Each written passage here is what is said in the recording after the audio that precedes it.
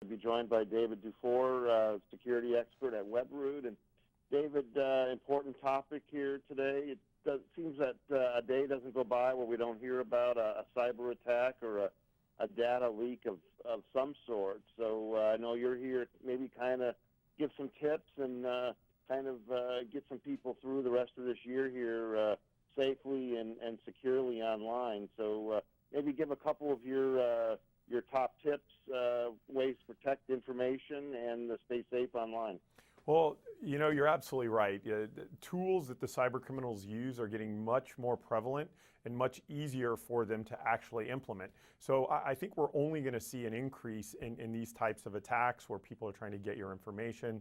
And so, first and foremost, you always want to have a good antivirus product when you're, on your computer, protecting yourself against malware, ransomware, things like that. But what's becoming more prevalent, and we're seeing a lot more activity in, is the cyber criminals actually hacking or trying to get information off of public Wi-Fi. So people need to be a lot more aware when they're out in public on how to protect themselves when using public Wi-Fi. So when we talk about public Wi-Fi, we're talking about restaurants, airports, coffee shops, places like that where the Wi-Fi really is open. I mean, it's great we have Wi-Fi to use everywhere, but there's some risks that come with it. That is absolutely correct, and you hit all the big ones, the airports, the hotels, the coffee shop. It's very nice to be able to get online, use that high-speed connection, but the problem is we need to be thinking about public Wi-Fi kind of like, the lobby of a hotel where if you're having a conversation with someone, it's possible for people to eavesdrop and to listen to that conversation. That's exactly what is happening on those public Wi-Fi networks. The cyber criminals are able to get on those networks and listen to or watch that network traffic. When you're using that computer to browse to a website, they can see all of the information flowing between your machine and the website. So if it's not encrypted, you could be at risk of losing data. We're with David DuFour, cybersecurity expert at Webroot. And David, let's maybe try to sort out the misinformation from the truth here real quick. Public Wi-Fi, you kind of said it, but it's never always safe to use. You have to be careful. That is absolutely correct. And it's okay to use it. Just be aware and conscious of what you're doing. Again, it's like having that conversation someone could overhear or eavesdrop. So what you want to do are use tools that actually encrypt your data as it flows over those networks. And antivirus really is just protecting your machine. You need to look for things that are like a secure Wi-Fi utility or a VPN that encrypts the data, not just protects you from malware, but also encrypts data as it flows from your computer to that website you're browsing to, so the cyber criminals can't look at it. What about when we hear that the cyber criminals are always one step ahead of the apps and the programs that are helping protect us?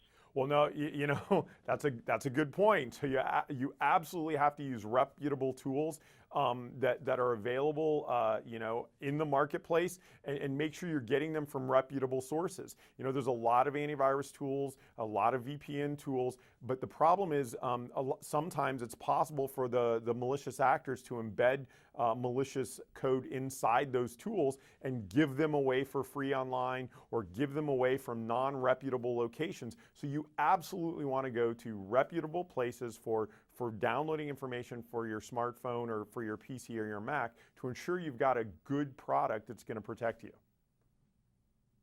What about for in our homes, a place where we should be safe?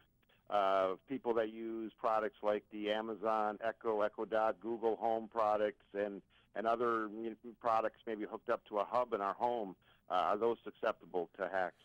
They are, and right now we're not seeing a huge prevalence of hacks other than kind of fun little hacks where people are trying to see what they can do. That doesn't mean over the next year or 2 years we're going to see a lot of hacks where as those tools or products become prevalent in homes, people are going to figure out how to steal information or use them to make money. And once they do, we'll see a lot more threats.